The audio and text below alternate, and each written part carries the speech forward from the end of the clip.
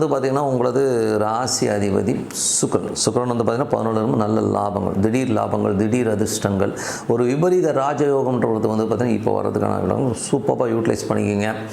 அதுவும் வந்து இப்போ போகிறது கேதுவுடைய சாரத்தில் இருக்கும்போது ஏதாவது லிட்டிகேஷன் கேசஸ்லாம் இருக்குன்னா இப்போ கொஞ்சம் அவுட் ஆஃப் கோர்ட் போய் பேசிட்டிங்கன்னா கண்டிப்பாக ஓகே ஆகிறதுக்கான இப்போ ரொம்ப நல்லாயிருக்கு.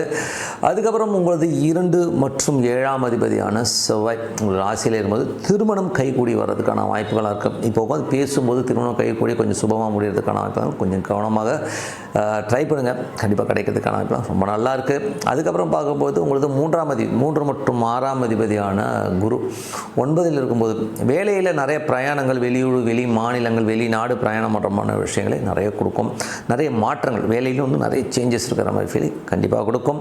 அதுக்கப்புறம் உங்களுக்கு 4 மற்றும் 5ஆம் அதிபதியான சனி 6இல் வந்து வக்கரமாக இருக்கிறது. ஸோ அது என்ன மாதிரி விஷயங்களை கொடுக்கும் அப்படின் போது கொஞ்சம் கடன் வாங்கி ஏதாவது லோன் போட்டு சொத்து வாங்கலாங்கிற எண்ணங்களை ஏற்படுத்தும். குழந்தைகளுக்காக கொஞ்சம் வந்து ஸ்ட்ரெஸ் எடுத்து பணத்துக்காக கொஞ்சம் லோன் வாங்குறது, இந்த மாதிரி விஷயங்கள் இருக்கும். உங்களுக்கும் பசங்களுக்கும் ஒரு சின்னதாக ஈகோ கிளாஷஸ் வர்றதுக்கான வாய்ப்பில் கொஞ்சம் கவனமாக இருக்கிறது ரொம்ப ரொம்ப நல்லதுங்க. அதுக்கப்புறம் உங்களது 7ஆம் அதிபதி, ஸோ 7ஆம் அதிபதியான செவ்வாய் 2 ராசியிலே இருக்கும்போது நீங்கள் பொண்ணு பார்த்துட்ருக்கீங்க, இல்லை ஒரு பையன் பார்த்துட்டு இப்போது அது திகழ்ச்சி உங்கள் கைகூடி வர்றதுக்கான வாய்ப்பு இருக்கிறது.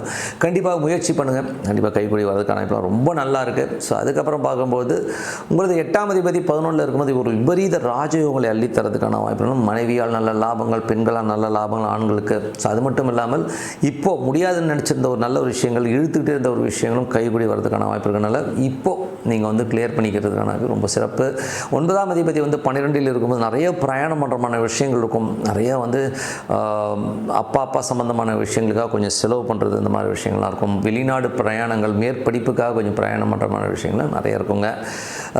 அதுக்கப்புறம் பார்க்கும்போது உங்களுடைய 10ஆம் அதிபதி சந்திரன் வந்து கொஞ்சம் தொழில் ரீதியான விஷயங்கள் முதல் 2 நாட்கள் கொஞ்சம் அலைச்சல் விழுந்தும், அதுக்கப்புறம் நல்ல ஏற்றம், நல்ல லாபங்கள் வரதுக்கான ரொம்ப நல்லா இருக்குது.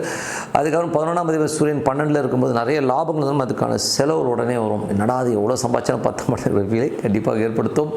ஸோ இதுவரை பார்த்தது